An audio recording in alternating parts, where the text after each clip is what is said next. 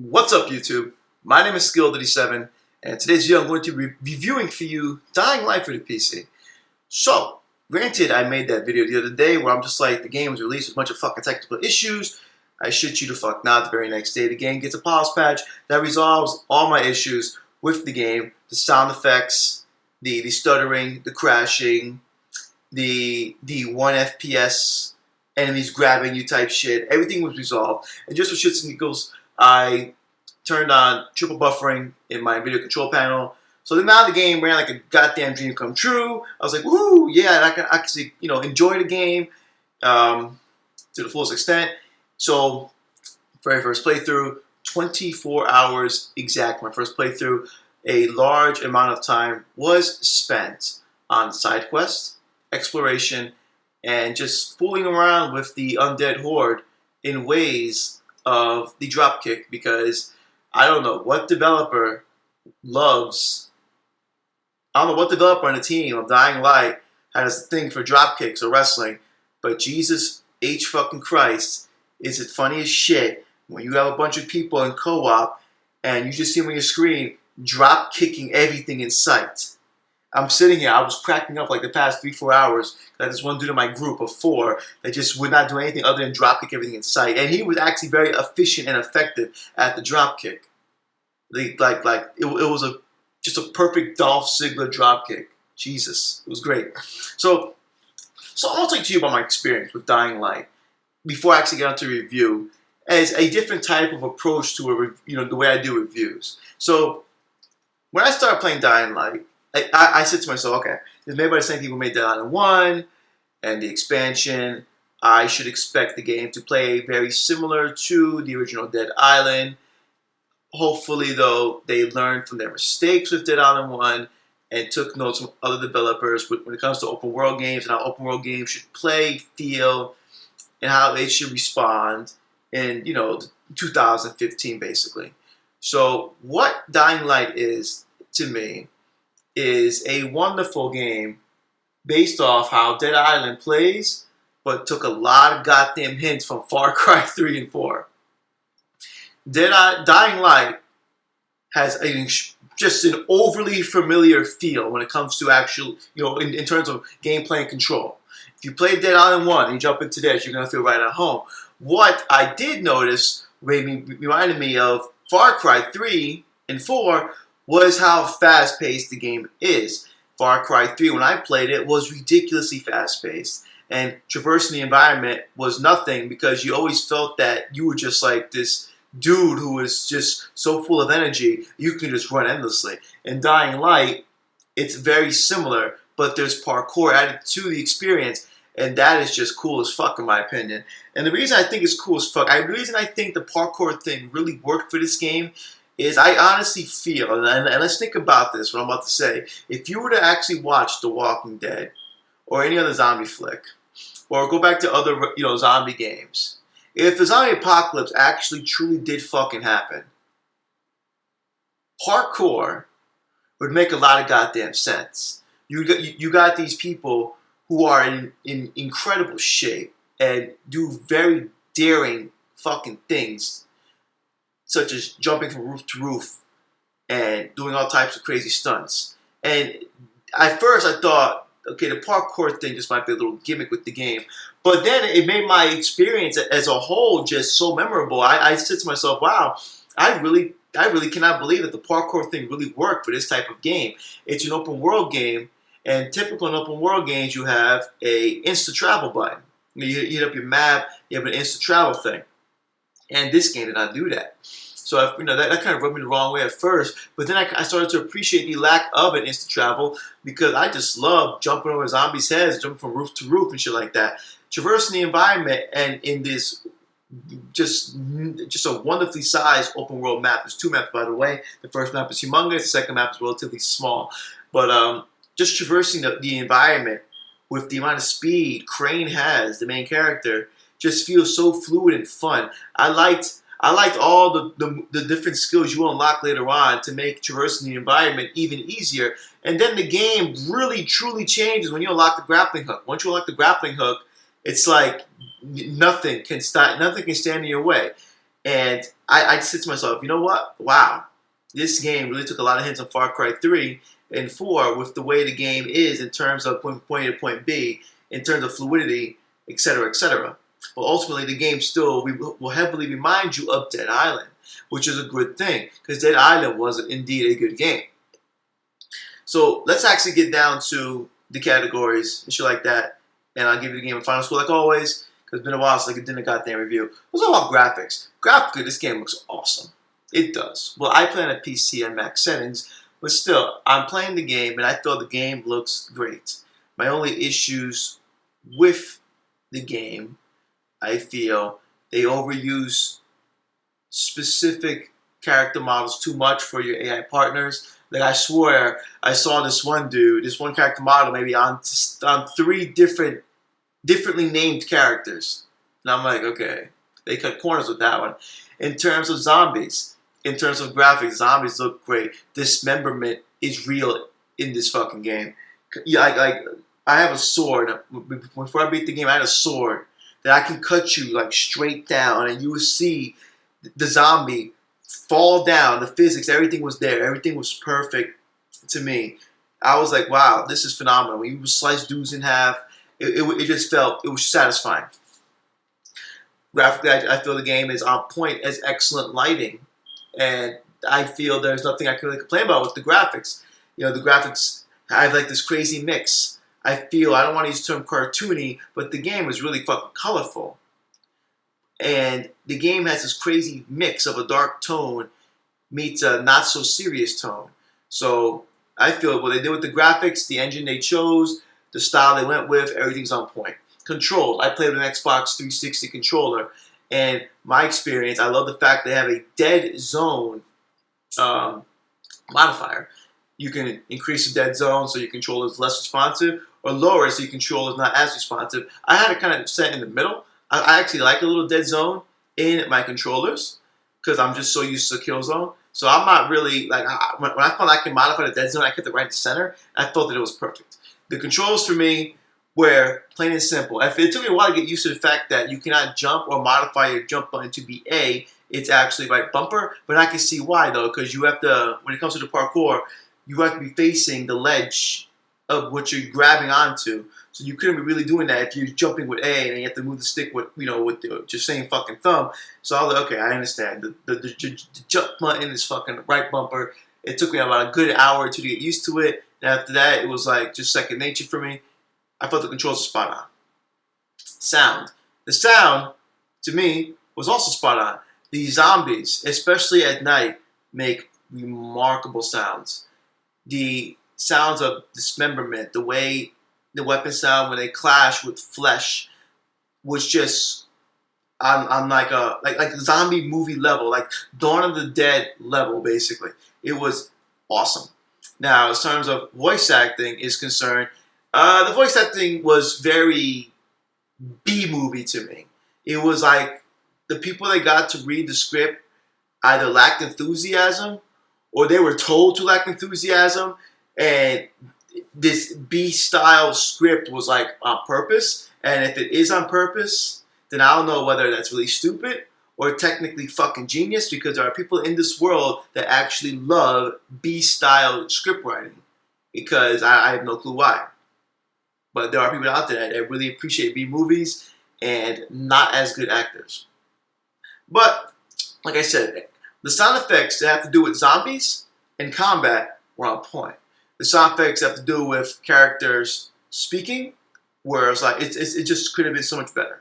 So that category is going to be like a meh. But at least I can say the sound effects that were most important, zombies, and combat, those were on point. Let me see.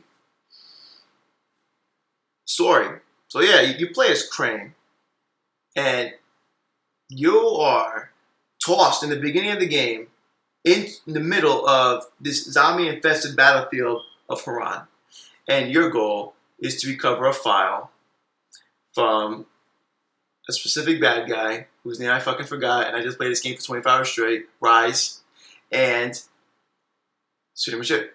That you're just tossed in the middle of this fucking war zone, and your job is to find a file the game already, the zombie outbreak is already a thing. You're just tossed in the middle of the very beginning. You're in a sense a man for hire. A man for hire that does a lot of back talking to his people that have hired him in the first place. And once he figures out what's actually going on and he puts two and two together and he starts making those decisions, he decides that he's going to be the Lord and Savior and try to save Haran on his own using his remarkable parkour abilities. The story itself is very It's nothing special. I can't appreciate the fact that they kind of just threw you into the mix. There wasn't no overly cliche, oh my god, there's a zombie outbreak. No, it's, listen, Crane, we're going to throw you in the middle of this shit. You're just going to figure it the fuck out, alright? Good job. And I actually I thought that was pretty clever. Like, instead of doing the whole cliche, oh my god, there's zombies everywhere, all that's already done. You know, all that's already done.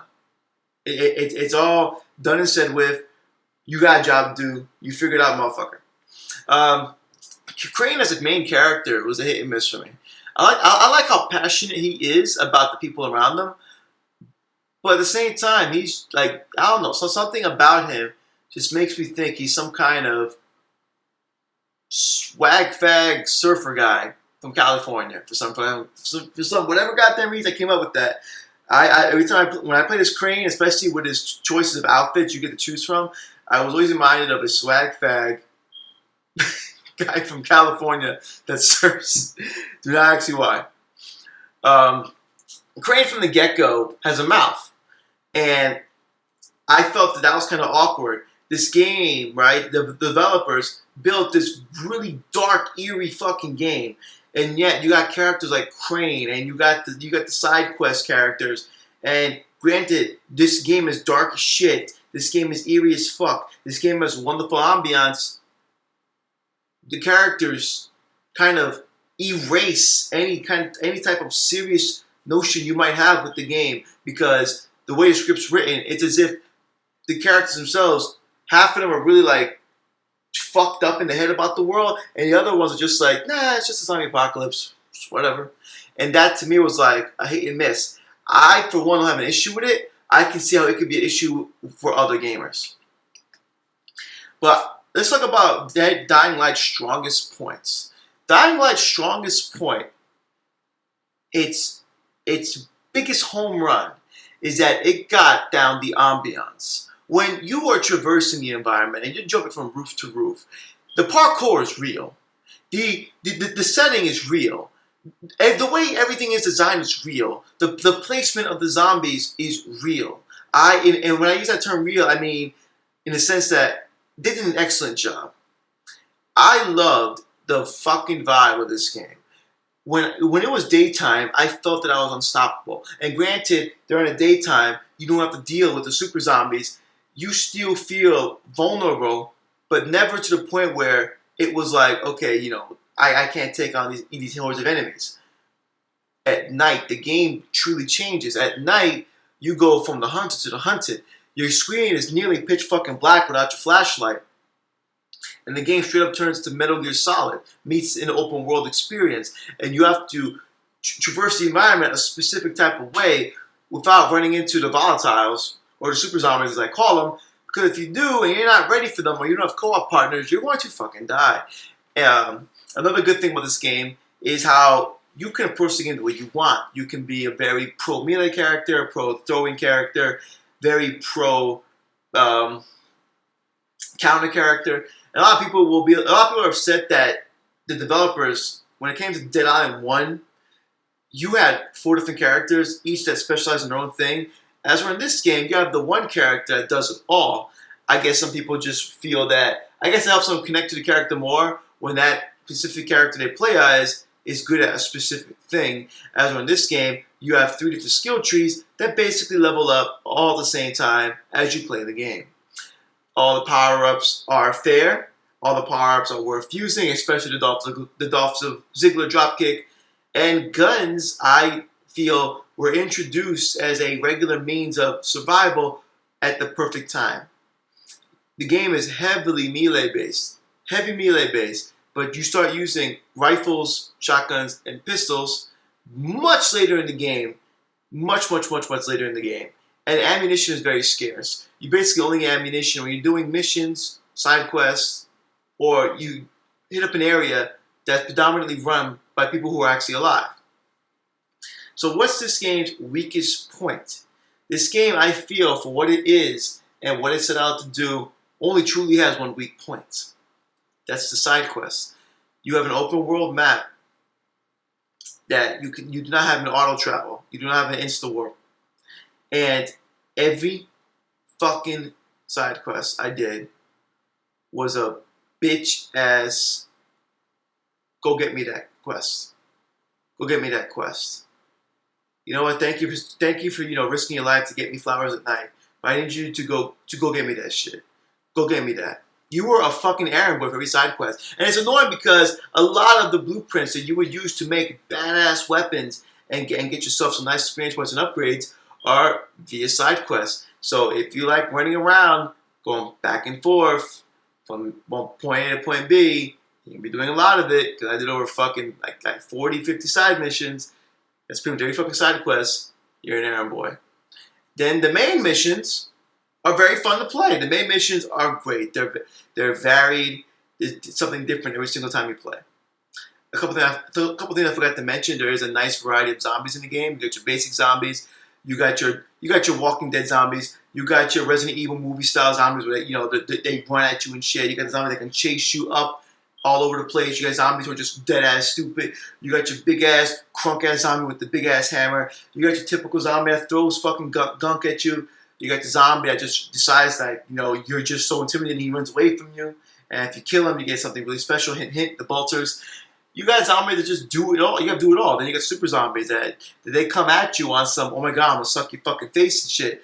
But the way every zombie is designed, the placement of the zombies, I feel, was spot on.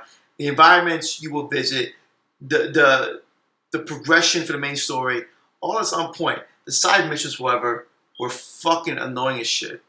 If I were to play this game a second time, I would do possibly almost no side missions. I would probably just zerg the main story again.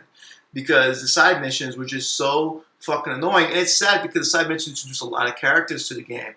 Especially Gas Mask Man, a.k.a. Shakur. I feel the side missions, right? The only reason I did them because I was just interested in the different characters I would meet. I was interested in the blueprints I would obtain. I was interested in the experience points I would get. But the side missions ultimately are fucking annoying as shit. The co-op, I forgot to mention, is also on point. The co-op is everything you would want in an open world game. People just join the game and follow you. That's it. There isn't a co-op mode. There isn't like a different setting for co-op. There isn't all that nonsense. No, it's you're playing your game. People jump into your game with their own gear, and they help you assist whatever you fuck you want to do. And another thing I like about the co-op, especially, is this: people, you don't gotta wait for people. Let's say you're on a giant map and you're all split up, and you want to progress the main story, and you get to that door that's going to progress you to the main story. The other people in your group are given a prompt where they can kind of insta-warp to you so we can just keep progressing with the main story so everyone's on the same page. Don't gotta wait for nobody. That was genius. The co-op is simple, technically speaking, but a lot of games don't give you simple co-op these days. A lot of games want to introduce a co-op and make you do horde mode and all these other types of modes and not just keep it old school with simply just jumping into a game and just playing the fucking game. And that's what Dying Light does. It gets a lot right and very little wrong. I feel Dying Light is a phenomenal fucking game that really truly deserves a spot in your collection if you're really into open worlds and zombies. Is it perfect? Absolutely not. Can a lot of things be changed, but they can make it better? Absolutely. But you have to realize this is an open world game, and when you actually play this open world game on your PS4, Xbox One, or PC, you're going to say to yourself, wow, open world games have truly come a long way, because when you look at the old open world games and then play Dying Light, you're going to say to yourself, wow, times are, I'm 27, if you've been playing as long as I have, you see how games have truly evolved. Dying Light takes a lot of simple shit, makes it fun. Dying Light doesn't take itself too seriously, and Dying Light is definitely going to get an 8.5 out of 10 for this fucking review. 8.5 out of 10 feels a justifiable score, and for what Dying Light sets itself out to be, 8.5 to me is a spot on score. So thank you for watching my video. I'll catch you guys next video. Deuces.